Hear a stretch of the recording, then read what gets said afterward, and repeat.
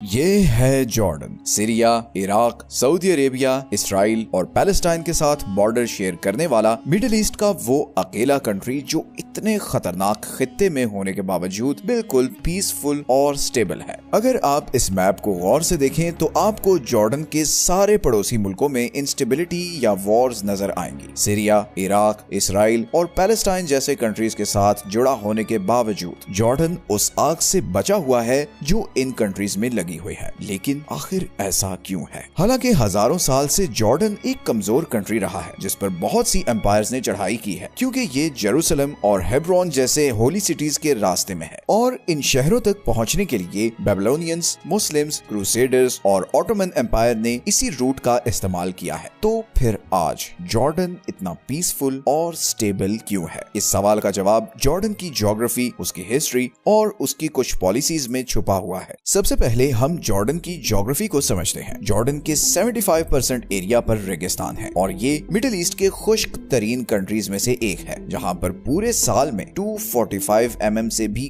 कम बारिश होती है। जॉर्डन की सिर्फ 12% जमीन एग्रीकल्चर के काबिल है और इसीलिए उसका 70% फूड बाहर से इंपोर्ट होता है। जॉर्डन की 90% आबादी भी इस 12% जमीन में रहती है और बाकी सारा एरिया तकरीबन खाली ही है। जॉर्डन नेचुरल रिसोर्सेज के मामले में भी इतना खुशकिस्मत नहीं है। जहां पूरा मिडिल ईस्ट ऑयल और गैस रिजर्व से माला माल है, वहीं जॉर्डन में सिर्फ एक गैस फील्ड है जिससे जॉर्डन का सिर्फ एक ही पावर प्लांट चलता है। जॉर्डन की बाकी सारी एनर्जी सप्लाई बाहर से इंपोर्ट होती है। तो जियोग्राफिकली और रिसोर्स वाइज जॉर्डन शायद मिडिल ईस्ट का सबसे बदकिस्मत कंट्री है, मगर ये डिसएडवांटेज ही जॉर्डन को समवट सेफ भी बनाता है, क्योंकि जिस जगह कोई रिसोर्स ही नहीं तो वहां ग्लोबल सुपर पावर्स डायरेक्टली या इनडायरेक्टली क्यों इन्वॉल्व हों, जैसे सीरिया या इराक में हो रहा है। इसी तरह अगर हम जॉर्डन की हिस्ट्री देखें तो वो उसके आज की सिचुएशन के बिल्कुल ऑपोजिट है। जॉर्डन पर हमेशा से मुख्तलिफ एम्पायर्स अटैक करती और उसे कंट्रोल करने की कोशिश करती रही हैं। आज से 3000 साल पहले जॉर्डन पर 3 किंगडम्स अमन, मोआब और एडोम का राज था, लेकिन फिर कुछ ही अरसे बाद ये तीनों किंगडम्स असीरियन एम्पायर के कंट्रोल में चली गई। फिर कुछ बरसों बाद बेबीलोनियंस ने इस सारे एरिया पर कब्जा कर लिया। फिर 5th सेंचुरी के आसपास ये सारा एरिया पर्शियन एम्पायर के कंट्रोल में चला गया और फिर ग्रीक एम्पायर ने पर्शियन एम्पायर को शिकस्त देकर इस एरिया को अपने कंट्रोल में ले लिया। ग्रीक्स के बाद ये एरिया रोमन एम्पायर के कंट्रोल में चला गया, जिसने फिर इस सारे एरिया को कल्चरली और एडमिनिस्ट्रेटिवली बहुत चेंज कर दिया। लेकिन फिर पर्शियन एम्पायर एक बार फिर उभरी और 6th सेंचुरी के आखिर तक रोमन और पर्शियन एम्पायर के बीच इस एरिया के कंट्रोल के लिए बहुत वॉर्स होती रही और बिलाखिर 7th सेंचुरी में मुसलमानों ने रोमन और पर्शियन दोनों एम्पायर्स को शिकस्त देकर इस सारे एरिया को अपने कंट्रोल में ले लिया। अगले 400 साल तक ये एरिया मुस्लिम्स के कंट्रोल में रहा, लेकिन फिर 11th सेंचुरी में क्रूसेडर्स ने आकर इस एरिया पर कब्जा कर लिया। 12th सेंचुरी में मुसलमानों ने एक बार फिर क्रूसेडर्स को शिकस्त देकर इस एरिया का कंट्रोल वापस ले लिया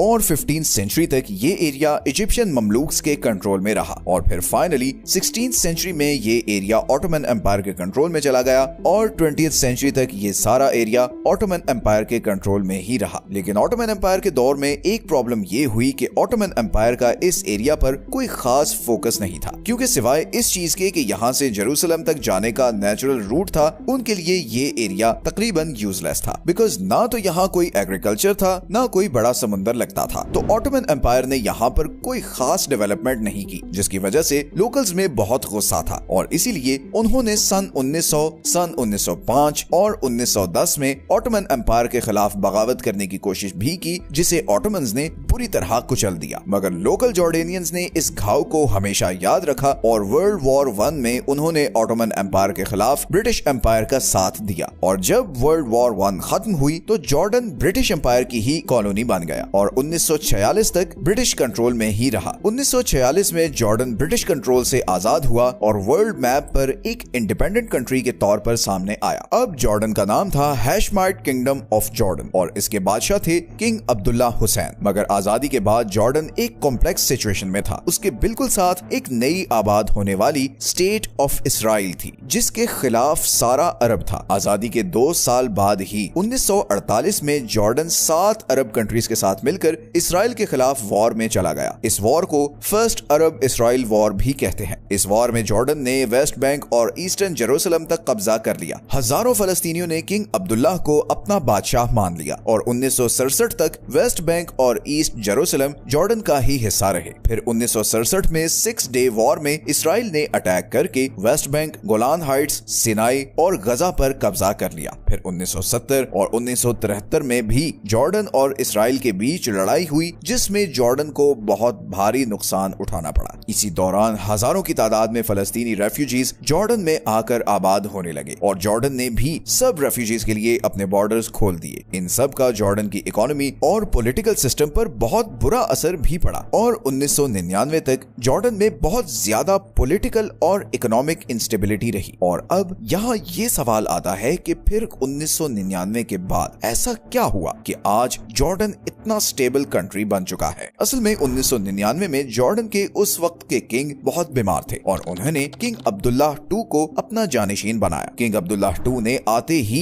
बहुत ड्रास्टिक स्टेप्स उठाने शुरू किए। सबसे पहले तो किंग अब्दुल्लाह ने अपने लोगों की सिक्योरिटी और वेलफेयर को सबसे प्रायोरिटी पर रख दिया और यही वजह है कि बारिश ना होने के बावजूद आज जॉर्डन के 99% लोगों को पीने का साफ पानी मिलता है। जॉर्डन का ह्यूमन डेवलपमेंट इंडेक्स 0.74 है, जो उसके कई पड़ोसियों से ज्यादा है। इसी तरह क्योंकि जॉर्डन की एक रिच हिस्ट्री है तो वहाँ बहुत सी हिस्टोरिकल जगह हैं जिनके जरिए किंग अब्दुल्ला ने टूरिज्म को प्रमोट करना शुरू किया। जॉर्डन का शहर Petra 7 wonders of the world में शामिल है। यहाँ पर जिस तरह पहाड़ों को तराश कर घर बनाए गए हैं वो लिटरली एक मिरेकल है। आज लाखों की तादाद में लोग यूरोप, अमेरिका और दूसरे एशियन कंट्री से सिर्फ टूरिज्म के लिए जॉर्डन आते हैं, लेकिन ऐसी हिस्टोरिकल जगह तो सीरिया और इराक में भी बहुत है, तो टूरिस्ट वहाँ क्यों नहीं जाते? इसका ऑब्वियस आंसर है इराक और सीरिया की law and order situation. Tourism के लिए सबसे इम्पोर्टेंट चीज होती है सेफ्टी एंड सिक्योरिटी। हर तरफ वॉर में घिरे हुए इस खित्ते में यही चीज इंश्योर करने के लिए किंग अब्दुल्लाह ने आते ही इसराइल के साथ पीस ट्रीटी साइन की। इसराइल के साथ फ्रेंडली रिलेशन रखने से जॉर्डन ऑटोमेटिकली यूके और यूएसए का भी एलाय बन गया और उसे उनसे फाइनेंशियल एड भी मिलने लगी, जिसको किंग अब्दुल्लाह अपने लोगों के वेलफेयर पर खर्च करने लगा। लेकिन इसराइल के साथ पीस डील करना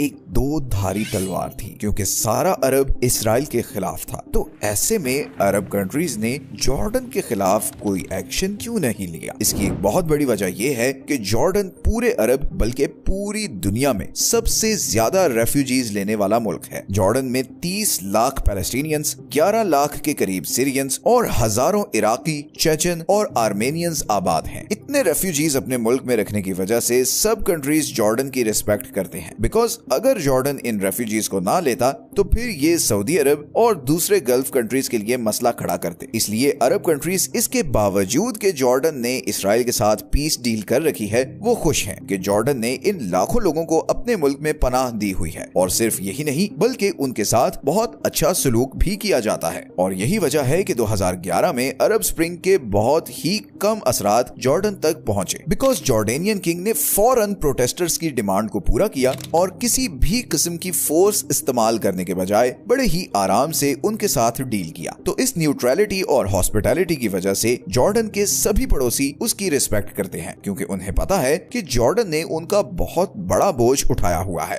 लेकिन जॉर्डन की ये स्टेबिलिटी और न्यूट्रलिटी शायद बहुत जल्द खत्म होने वाली है। पिछले 1 साल से जॉर्डन बहुत प्रो इसराइल नैरेटिव लेकर चल रहा है। इसराइल गजा वॉर के 1 साल गुजरने के बावजूद अभी तक जॉर्डन ने एक दफा भी गजा में रहने वाले पैलेस्टीनियंस को अपने कंट्री में आने की ऑफर नहीं की और जॉर्डन के पास ट्रैक रिकॉर्ड को देखते हुए ये बात बहुत अजीब लगती है। इसी तरह अभी रिसेंटली जब ईरान ने इसराइल पर मिसाइल अटैक्स किए तो जॉर्डन ने बहुत से मिसाइल्स को अपनी एयर स्पेस से इंटरसेप्ट किया। इन खबरों का पैलेस्टीनियंस और ईरान में बहुत नेगेटिव इम्पैक्ट आया है। वो जो जॉर्डन का एक न्यूट्रल कंट्री का इमेज था वो बहुत बुरी तरह डैमेज हुआ है। जॉर्डन में रहने वाले पैलेस्टीनियंस और उधर ईरान दोनों को जॉर्डन पर बहुत गुस्सा है और हालात कोई भी खतरनाक ट्रेजेक्ट्री ले सकते हैं, क्योंकि बहुत सी न्यूज आ रही हैं कि जॉर्डन में रहने वाले पैलेस्टीनियंस जॉर्डेनियन गवर्नमेंट के खिलाफ जबरदस्त प्रोटेस्ट्स और रिवोल्ट भी कर सकते हैं, और इससे जॉर्डेनियन गवर्नमेंट परेशान भी है। जॉर्डन असल में ईरान के सीरिया में बढ़ते हुए इन्फ्लुएंस से बहुत परेशान है। किंग अब्दुल्ला ईरान को सीरियन सिविल वॉर का एक बहुत बड़ा कल्प्रिट समझते हैं। इस सिविल वॉर की वजह से जॉर्डन को लाखों सीरियंस अपने मुल्क में आबाद करने पड़े, और सिर्फ यही नहीं बल्कि जॉर्डन का सारा नॉर्दर्न बॉर्डर भी वनरेबल हो गया है, क्योंकि बहुत से मिलिटेंट ग्रुप्स इसी बॉर्डर के जरिए हथियार स्मगल करने की कोशिश करते रहते हैं। तो किंग अब्दुल्ला किसी भी तरह ईरान या ईरानी प्रॉक्सीज को जॉर्डन के आसपास बर्दाश्त नहीं कर सकते, और इसीलिए उन्हें अगर इसराइल की भी सपोर्ट करनी पड़े तो वो पीछे नहीं हटेंगे। देखना ये है कि इस तेजी से इवॉल्व होती जियोपॉलिटिकल सिचुएशन का